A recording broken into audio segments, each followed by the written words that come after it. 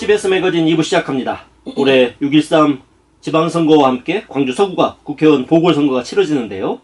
민주당 후보 당선 가능성이 커 민주당 AB 후보자들 간 경쟁도 뜨겁게 달아오르고 있습니다. 이번에 당선되면 광주 지역 유일한 민주당 국회의원이기도 합니다. 이번 시간 박예자 전 의원과 이야기 나눠보겠습니다. 네, 의원님. 네, 안녕하세요. 네, CBS 매거진 오랜만에 나오셨습니다. 제가 그 자리에 앉아서 그러니까요. 예, 사회를 보던 때가 엊그제 같은데요. 벌써 세월이 2008년도였으니까 벌써 그렇게 됐군요. 네. 네. 이번에 서구갑 보궐선거가 지금 치러지죠? 법적으로는 이제 정확히 말하면 재선거입니다. 재선거, 보궐 재선거. 예. 네. 이번에 출마 선언을 하셨습니다. 네, 했습니다. 네. 절반의 임기 2배로 일할 사람 박혜자가 합니다. 실제 이제 6월 13일 날 선거에 의해서 당선이 돼서 들어가도 남은 임기가 1년 10개월 남습니다. 그러네요. 그럼 1년 10개월 안에 모든 문제를, 광주 문제를 여당 의원이기 때문에 풀어내야 됩니다. 특히 이 1년 10개월은 문재인 정부의 가장 골든타임입니다. 네. 단임 정부기 때문에 문재인 정부도 4년, 5년이 넘어가면 사실은 그러니까요. 역할하기가 어렵죠. 그래서 이 3년 내에 있게 되는 이 그 골든타임을 놓치지 않고 곧바로 그 다음날부터 출근해서 광주 문제를 직접 풀어내야 되는, 특히 이제 여당은 아시겠지만 네. 일로서 승부를 봐야 됩니다. 야당은 정권과 맞서 싸울 수밖에 없는 그런 본질적인 차이가 있는 거죠. 그래서 남은 임기 1년 10개월 이걸 광주 시민들이 정말 어떻게 활용하고 싶으신 건지 저는 그 말씀을 좀 드리고 싶었습니다. 네. 박예자 의원이 왜 이번에 재선거에 국회의원에 당선돼야 되는지 우리 청취자분들께 한번 말씀 한번 해주시죠. 저는 뭐 일로서 방금 말씀드린 대로 문재인 정부 골든타임을 놓치지 않고 제가 할 수 있는 일들이기 때문에 하겠다라는 말씀을 드렸고요. 그리고 연습이 없습니다. 왜냐하면 바로 다음 날부터 임기가 대통령께서도 탄핵에 의해서 대통령 선거가 치러졌기 때문에 바로 다음 날 인수위 없이 시작했습니다. 그런 것처럼 국회의원들도 통상적으로 한 달 반 정도 여유가 있어요. 근데 이거는 그렇지 않습니다. 그렇죠. 바로 다음 날부터 시작해야 되는 그런 어려움이 있습니다. 그래서 그 점을 말씀드린 거고요. 경험과 노하우를 갖고 있는 사람이 해야 된다. 그렇죠. 근데다가 우리 광주의 구조를 보게 되면 민주당 의원이 한 명가량 되더라도 7분은 다 야당입니다. 그렇죠. 그럼 그 야당 분들과도 협치할 수 있어야 됩니다. 야당을 우리가 이제는 적대시해서는 안 됩니다.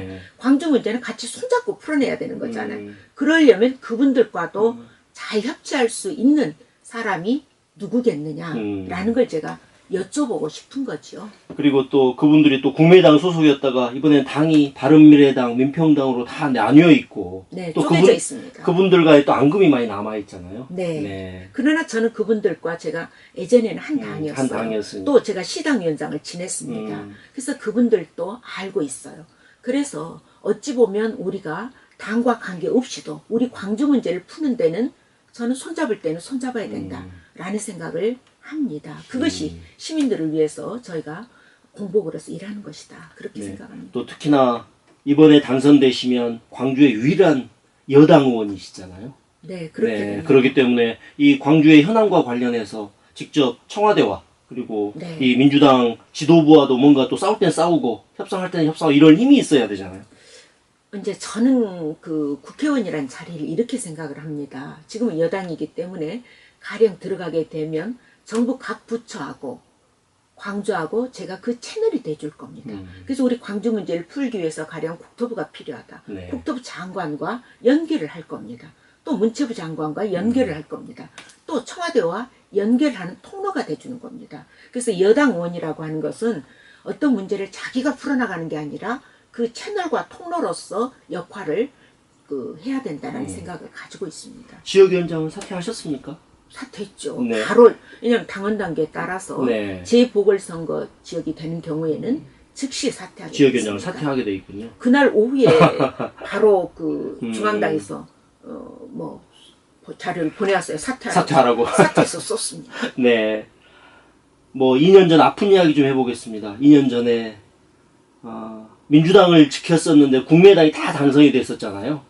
네. 네. 그때 후회하지 않습니까? 국민의당 가실 수도 있었을 것 같은데. 그때 사실은 국민의당에서 굉장히 저를 그 요구를 했었고 데려가려고 많은 노력도 했었습니다. 네. 저도 가면 정치인이기 때문에 살 수 있다라고 하는 것을 직감적으로 느꼈습니다. 그러나 제가 그때 시당위원장인데 제가 마지막 남은 한 사람인데 제가 나가면 우리 시당은요, 우리 민주당은요. 그래서 제가 허물어져가는 종갓집이라도 제가 그 종갓집을 지키는 맏며느리가 되겠다. 그리고 제가 남았고 그 때문에 김영록 의원과 또 그 당시 네. 김영록 이제 지금은 이제 농업부 장관이죠. 장관가 계시죠. 또 이계원, 이계원. 셋이 도청 식구들이거든요. 네. 그 셋이 결의를 했어요. 우리는 같이 가야 된다. 그래서 제가 그 두 분들에게 남아야 된다라는 그 말씀을 드렸고 제가 먼저 결단을 내렸습니다. 그래서 그 두 분도 남는 것으로 결국 그렇군요. 이계호, 김용록 의원이 도청 부지사 출신이시고 박 기자 의원님도 네, 같이 근무를 하셨죠. 네, 그렇습니다. 그런 또 인연이 있으시군요. 정치 공백입니다. 그 이후에 2년 동안 어떻게 지내셨습니까?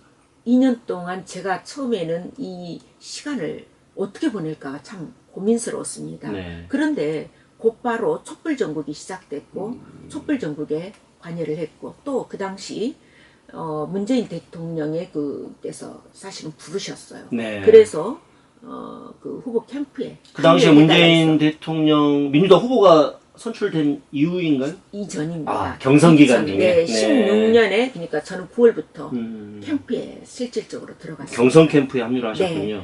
근데 이제 그 기억하실지 모르겠지만 사실은 경선이 더 어려웠어요. 그렇죠. 경선 때 저희가 경선 그 참여단을 모으느라고 정말 죽을 힘을 그 썼고요. 그때가 제일 어려웠어요. 우리 당내 경선이 가장 저는 그리고 어려웠다. 광주가 문재인 대통령한테 굉장히 등을 돌리던 시점이잖아요. 그랬습니다. 네. 그때 제가 정말 많이 그 눈물을 흘렸었고 그 과정을 저희가 넘어왔고 그리고 이제 대선이라는 작년 5월 9일 그래서 저는 그런 생각을 해요. 정치인이 비록 국회의원 배지는 떨어졌지만 그러나 제가 이번에는 대통령을 만들었다라고 하는 자부심이 있어요.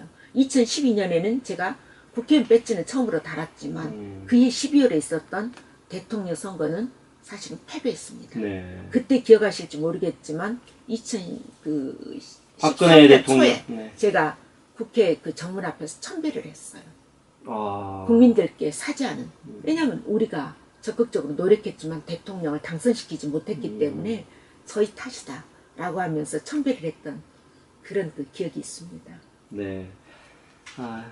뭐 그동안 한 2년 동안의 그 이야기 좀 들었고요. 이번에 출마하시면서 문재인 정부 100대 국정과제 중 20개는 박애작하겠다. 네. 광주발전 공약사업 9개 중 3개는 박애작하겠다. 이게 뭐 자신있게 이야기하셨는데 이렇게 하실 수 있습니까? 이제 그 과제 중에 상당 부분은 실제로 제가 그동안 해왔던 일의 연장선상에 있는 것들이 많이 있습니다. 그래서 가령 복지, 또 문화정책, 또 여성정책, 이런 분야, 보육, 포함을 해서 이런 건 제가 그동안 해왔던 정책의 연장선상에 있어서 그 문제는 다 국회에서 입법화가 돼야 됩니다. 그래서 요즘은 우리도 법치국가이기 때문에 어떤 정책도 그냥 가는 게 없어요. 법으로 그게 만들어져야 되거든요. 그래서 그러한 관점에서 제가 말씀드린 것이고 또 이제 광주 공약 중에서 메인 공약이 뭐냐면 문화융합형 4차 산업 거점 도시가 광주 공약의 첫 번째 메인 공약입니다. 그걸 제가 제안을 했어요. 그러시군요. 그래서 그 대선 캠프에 그때 공약 회의에 참석을 해서 제일 제가 요구했던 게 그 공약이었고 그게 채택이 됐습니다. 이게 대통령 공약으로 지금 채택이 된 거죠? 네. 그래서 그 공약은 제가 제안도 했고 실제 제가 그걸 잘할 수 있습니다. 라고 말씀드리는 겁니다. 네. 그리고 또 아시아 문화전당 활성화하면 7대 문화권 사업, 광주공항 이전 지역에 대한 스마트시티 조성 사업, 이 세 가지에 대해서 굉장히 애정이 많으신 것 제가 같습니다. 제안을 했고 실제 추진해왔던 일입니다. 가령 그 광주공항 이전과 스마트시티 같으면 제가 세미나를 개최까지 했어요. 김대중 센터에서. 그러면서 광주가 4차 산업 얘기가 그때는 나오기 전이었어요. 그래서 이렇게 가면 안 된다. 광주 4차 산업도 해야 되고 이 군공항 부지를 이전시키는 문제와 동시에 우리가 해야 될 것이 거기를 스마트시티로 한다라는 방침을 가야 공항 이전도 쉬워진다. 라고 하는 것을 착안을 했었던 것이죠. 네, 그렇군요. 이번에 서구갑이면 대표적으로 상무지구, 양동, 농성동, 화정동, 신도심, 구도심이 함께 포함되어 있네요. 그렇습니다. 네. 서구를 위해서도 뭐 어떤 주요 공약 몇 가지만 말씀해 주세요. 지금 말씀하신 대로 구도심과 신도심이 같이 그 뒤섞여 있습니다. 그래서 구도심 지역은 이미 제가 그 국회에 있을 때 그 도심재생 사업을 도심재생. 2개를 집어넣었습니다. 네. 그래서 국토부로부터 따다가 넣었는데 이제 문재인 정부에서 내년부터 본격적으로 도심재생 사업 대통령의 주요 공약 중에 하나잖아요. 그렇습니다. 네. 매년 10조 원을 예, 투입하겠다라고 할 만큼 그래서 그 사업을 우리는 구도심 지역에 적극적으로 추진해야 합니다. 그리고 이제 또 한 가지는 이 여기에 보게 되면 치평동에 제일 큰 문제가 됐던 게 소각장이었어요. 예. 근데 그 소각장 문제는 450억 가까운 국비를 전액 제가 확보해서 이전을 시켰습니다. 네. 저는 약속한 거는 지켰어요. 그러나 다만 거기에 그럼 대체 시설 어떻게 그러니까 이전 할 부지에 거냐. 무엇을 할 것이냐. 네, 그 문제가 남아 있습니다. 근데 2년 동안 하나도 진척이 안 됐어요. 무슨 이 사업의 계획이 다 서 있었는데 2년 동안 어쩌면 그렇게 비어 있습니까? 그래서 거기에는 애초부터 이 지역 주민들을 위한 문화, 복지, 복합타운을 넣기로 한 거거든요. 그러면 그 사업을 풀어내야 된다. 저는 그렇게 생각하고 있습니다. 네. 그리고 박혜자 의원님 하면 아시아 문화전당과 뗄래야 뗄 수 없는데요. 이게 국회의원 재직실에 이와 관련해서 아시아 문화도시 특별법 개정안도 발의하시고 그런데 지금 아시아 문화 전당장도 선임이 안 되고 원장도 공석이고 좀 안타깝습니다. 이거 어떻게 해야 됩니까? 사실은 그 전에 그 아시아 문화전당 관련해서는 시행령을 좀 풀어달라라는 걸 제가 1차적으로 요구를 했습니다. 그 시행령은 뭐냐면 그 직제에 대한 조정을 해야 돼요. 네. 그래서 전당장을 뽑는 게 급한 게 아니라 전당장의 직제 그게 바뀌어야 거기에 인력이 달라집니다. 그래서 인력 구조가 근데 아직 바뀌지 않았나요? 그 시행령을 바꿔달라고 제가 요구를 하고 있습니다. 그래서 그 시행령이 좀 바뀌어야 되고요. 그에 따라서 전문가 합당한 사람을 우리가 선출해야 되는데 이제 우리 지역에서도 또 문제가 뭐냐면 계속 그 도청 이제 보건가 이게 만들어 있기도 하고 또 그 전당장 뭐 작은 이해관계도 있어요. 네. 그러니까. 전당장 그 선임을 놓고도 네. 지역에 의견이 첨예하게 대립되는 부분이 있어서 쉽지가 않은 것 같습니다. 근데 이게 쉽지 않다. 뭐 이러다가 뭐 이게 차일피일 미루면 언제 할지 모르겠습니다. 이게 문재인 대통령, 도종환 장관 이 정도 라인업이면 해야 되는 것 아닌가 이런 생각이 드는데 전당 2기를 열겠다고 약속했죠. 이번에 국회 입성하시면 반드시 해결해 주시기 바랍니다. 저를 좀 보내주세요.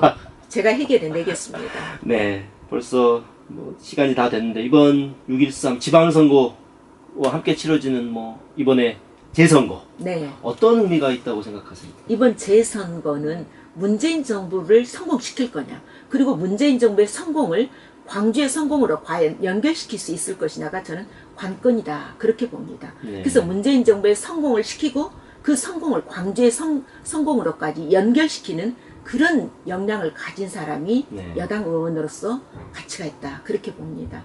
네, 오늘 말씀 여기까지 듣겠습니다. 네, 고맙습니다. 네, 지금까지 민주당 서구와 예비 후보로 나온 박혜자 전 의원과 이야기 나눴습니다.